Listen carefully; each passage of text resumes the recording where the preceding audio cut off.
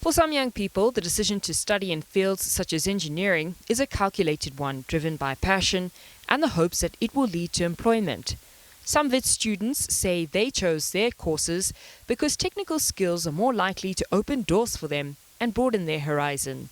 Initially, I wasn't completing my industrial engineering. I came here as an aeronautical engineering student, but upon discussing or rather having conversations with some postgrad students, I realized that aero might not be the field that I really want to go into, and it does not resonate with the kind of work or the kind of vision I have in the field of engineering. So I then moved to industrial engineering. Everyone needs to innovate. You can't have anything without making something. So I think it's so important, I think, and it's a really critical skill that a lot of people need to develop. And I think in life in general, we anyway have to make something out of nothing most of the time. I think that's life, right? And coming from my background as well, I've seen my parents make a life out of nothing, and I think that in and of itself is really, it's core to a lot of my values and a lot of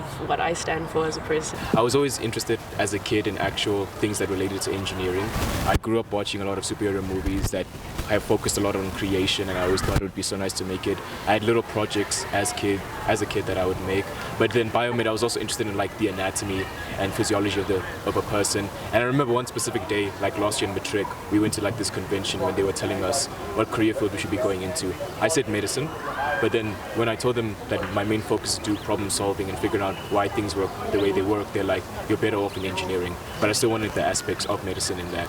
So then I chose biomedical engineering for that. Number one reason. I never really thought I would become an engineer. However, it was always supposed to be medicine or anything health related, because I've always had a passion for just helping people in that sector. I've seen the problems in my life where someone has not had the proper healthcare and it's led to problems. So I've always wanted to make a difference in that aspect. Young people are advised to be strategic about their career choices and focus on skills that respond directly to industry needs.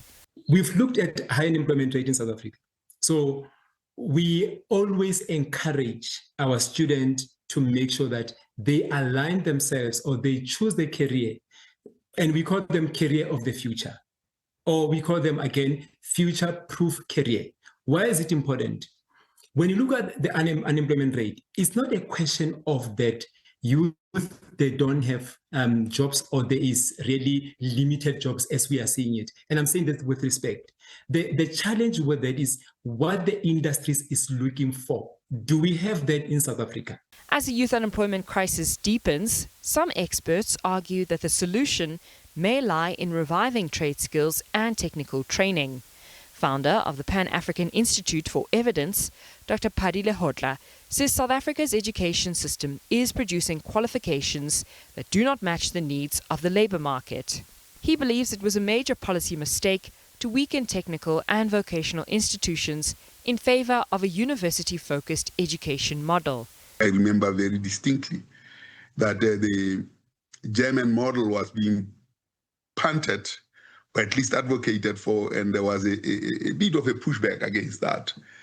And then we ended up closing a number of technical institutions that taught more technical subjects. I think it was a serious misstep. And then overemphasized university education. And we could see that overemphasis in terms of nursing leading to a degree. Lehotla warns against what he calls the growing fad around artificial intelligence, saying technology cannot replace the fundamentals of skills development. He argues that without investing in people and practical training, no technology will fix unemployment. It analyzes faster. It's a human creation. It's our own creation. Now, having said that, what does it imply for trades? For plumbers, for all kinds of things that we have to do. In the end, autonomous systems are going to be governing or doing things.